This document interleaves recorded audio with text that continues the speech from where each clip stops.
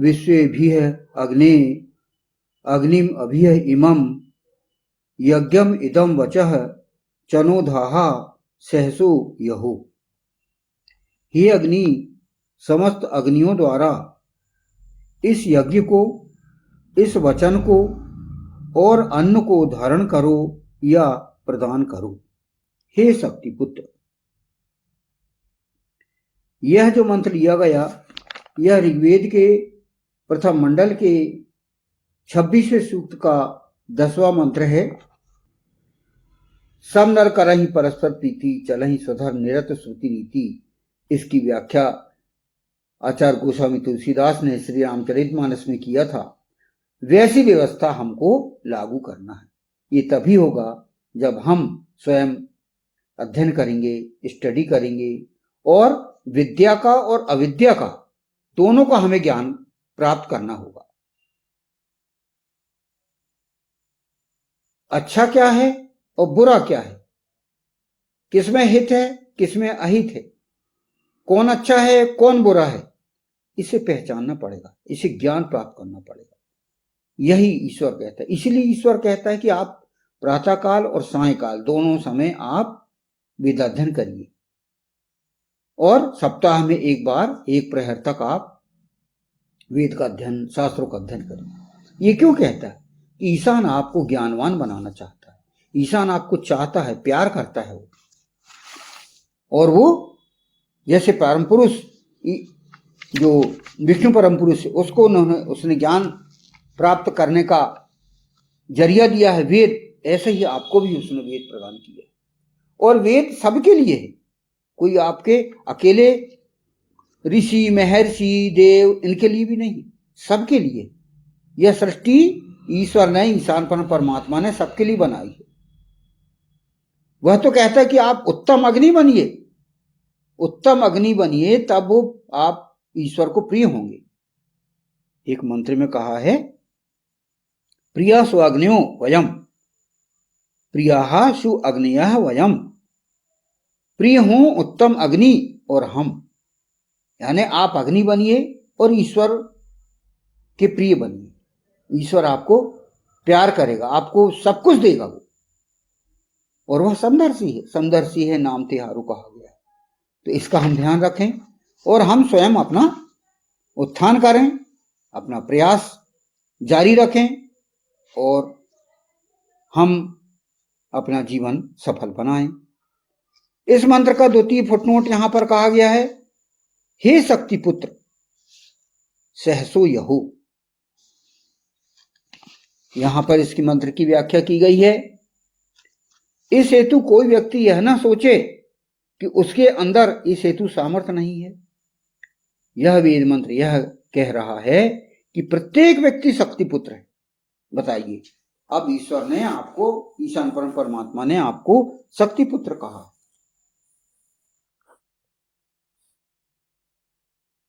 वह सर्वशक्तिमान ईश्वर का अंश अपने अंदर आत्मा के रूप में धारण किए हुए तथा सर्वशक्तिमान प्राय परम पुरुष और शक्ति रूपी जगदम्बाओं का शरीर उनकी संतानों के रूप में धारण किए हुए है।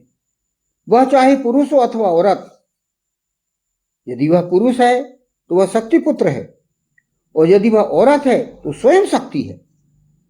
अतः शक्तिहीन कोई भी नहीं है। केवल अपनी शक्ति को सही ढंग से, सही उद्देश्य के लिए प्रयोग किए जाने का आवश्यकत्व है, ये कहा है ईश्वर। यहां पर व्याख्या में कितनी बड़ी बात कही गई है, आप इसको समझिए, गंभीरता से आप समझिए और उसे समझते हुए आपको यह करना है और आपको यह जीवन ईश्वर को समर्पित करना है। ईश्वर आपको चाहता है, आपको प्यार करता है और ईश्वर तो बराबर सबको समान दृष्टि से देखता है। वह किसी भी तरह से आपको भेदभाव नहीं करता।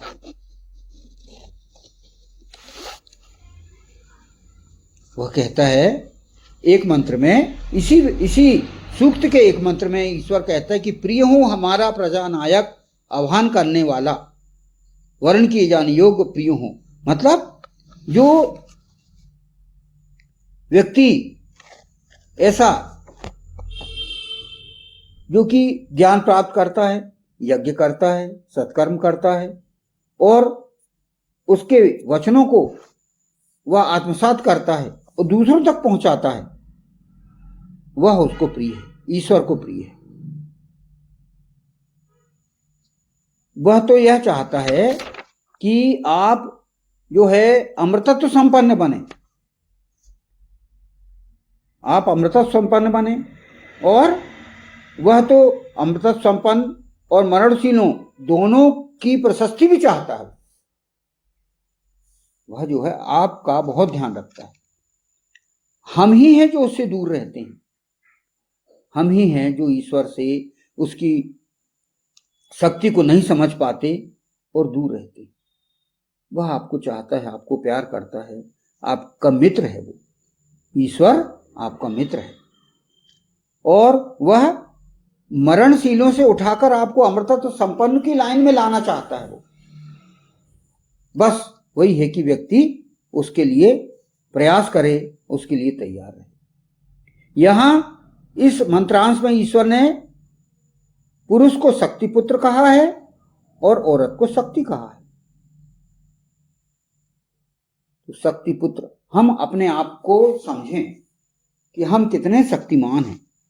हम अपनी शक्ति को जाने, अपने आप को जाने, पहले अपने आप को पहचाने हम कि हम क्या चीज हैं।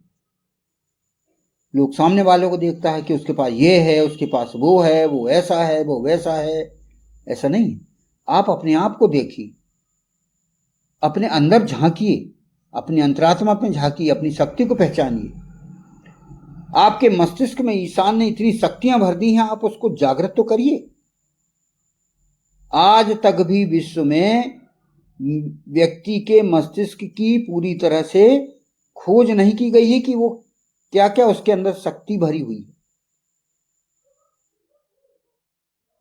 अपने जीवन में व्यक्ति सिर्फ 5 या 10% अपने मस्तिष्क का प्रयोग कर पाता है और वो मृत्यु को प्राप्त हो जाता है। जबकि ईश्वर कहता है कि आप अपने मस्तिष्क का प्रयोग कीजिए, शक्ति जागृत करिए। कितने कुंडलिनी जागरण, शक्ति जागरण, सारे उपाय बताए गए। पतंजलि योग दर्शन में आपको मन की शक्ति से जागृत करके आपको अन्य प्रकार की शक्तियां जागृत करने के लिए निर्देश दिए गए हैं, आदेश दिए गए हैं, सलाह दी गई है। इसको आप मानिए, करिए। सबसे पहले कुल मिलाकर इस सूक्त का जो समापन किया गया है, ये जो 26वां सूक्त जो है, उसमें कहा गया है कि आप अपने आप को पहचानिए, अपनी शक्ति को बढ़ाइए और जो आप जिस अवस्था में हैं उस अवस्था से आप ऊपर उठिए। व्यक्ति मनुष्य अवस्था से ऋषि अवस्था, फिर देव अवस्था, ब्रह्म अवस्था, विशिष्ट ब्रह्म अवस्था, सारी अवस्था प्राप्त कर सकता है। बस आप स्वयं प्रयास करिए, आप स्वयं उठिए। आप में यदि कर्म करने की शक्ति है, कर्म करने की चाहत है, कुछ पाने की चाहत है, तो आप उठ जाएंगे और कार्य करेंगे। अपने अंदर की निष्क्रियता हटाइए, नकारात्मक सोच को समाप्त करिए और उठकर अपने आप को पहचानिए और आगे बढ़िए। तो इस 26वें सूक्त में बहुत अच्छी बात कही गई है। कहा गया है, हे अग्नि, समस्त अग्नियों द्वारा इस यज्ञ को, इस वचन को और अन्न को धारण करो या प्रदान करो। हे शक्ति पुत्र, आपको शक्ति पुत्र कह रहा है ईश्वर। पुरुष है तो शक्ति पुत्र और औरत है तो शक्ति का स्वयं शक्ति हुआ। तो हम अपने आप को पहचाने, अपने अंदर पहचाने, अपने बाहर पहचाने और अपने आप को उठाएं, ज्ञान से उठाएं। ईश्वर तो आपको ज्ञानवान बनाना चाहता है, आपको शक्तिमान बनाना चाहता है और वह आपको अन्नों का भी प्रयोग करना चाहता है कि अन्न भी धारण करिए, आप हृष्ट-पुष्ट होइए, अपने शरीर को ताकतवर बनाइए और स्वयं अग्नि बनिए और दूसरों को अग्नि बनाइए। ईश्वर आपको क्या कहता है? अहम भूमि अदनाम आर्याय, मैंने भूमि आर्य को दे दी। जो आर्य है, जो श्रेष्ठ है, उसकी भूमि है।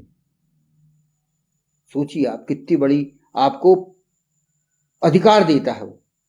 आप कर्तव्य तो करिए, तो ईश्वर आपको इतनी बड़ी सृष्टि के जो है अध्यक्ष के समान इस पृथ्वी का राजा बनाना चाहता है आपको, और बने भी हैं। आप देखिए, सतयुग, त्रेता, द्वापर, सभी में आप देखिए कि जो